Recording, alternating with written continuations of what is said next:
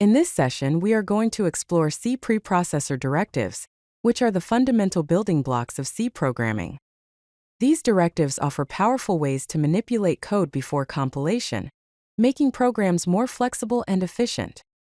Let's dive in and discover how these directives can be used to enhance your C programming skills.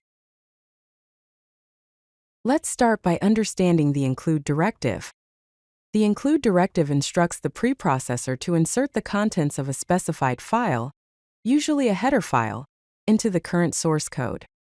The angle brackets around the file name, like in include stio.h, are used for system headers, which are standard library headers provided by the C compiler. Double quotes, like in include myheader.h, are used for user-defined headers, which are custom header files created by the programmer. Here's an example. We include stio.h and slib.h for standard input-output and standard library functions respectively, and a user-defined header file myheader.h. The main function then prints hello world using printf and returns 0. Next, let's explore the define directive.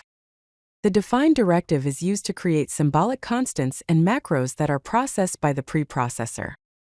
It's commonly used to define constants, create function-like macros, enable conditional compilation, and simplify code.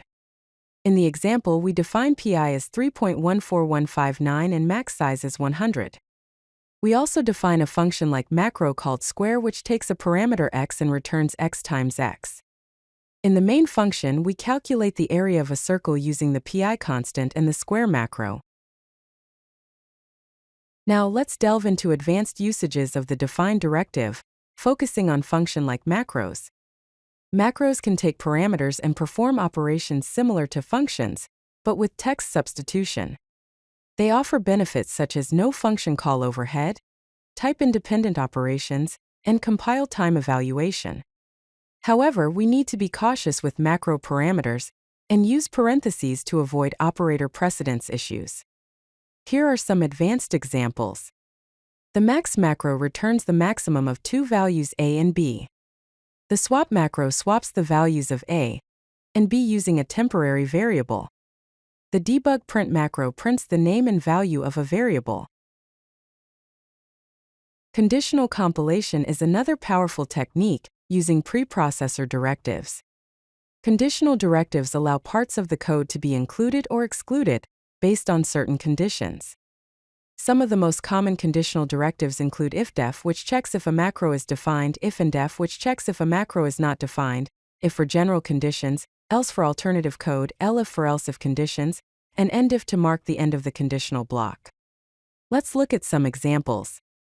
First, the header guard example prevents multiple inclusions of the same header file by checking if the my_header_h macro is not defined.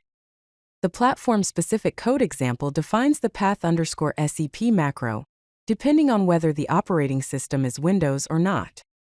If it is Windows, it is defined as \, otherwise it is defined as /. Let's wrap up with some best practices and a summary of what we've covered. Always use header guards to prevent multiple inclusions of header files, avoiding redefinition errors. Use uppercase for macro names to distinguish them from regular variables and functions, and be descriptive with names. Always wrap macro parameters in parentheses to avoid unexpected behavior due to operator precedence issues. When possible, prefer using inline functions instead of complex macros, as they provide type checking and avoid side effect problems. Key takeaways from this session include that preprocessor directives are powerful tools in C programming that allow for code reuse, conditional compilation, and platform-specific optimizations. When used properly, they can make your code more maintainable, portable, and efficient. If you like this video, hit that like button and don't forget to subscribe. Visit CodeLucky.com for more such useful content.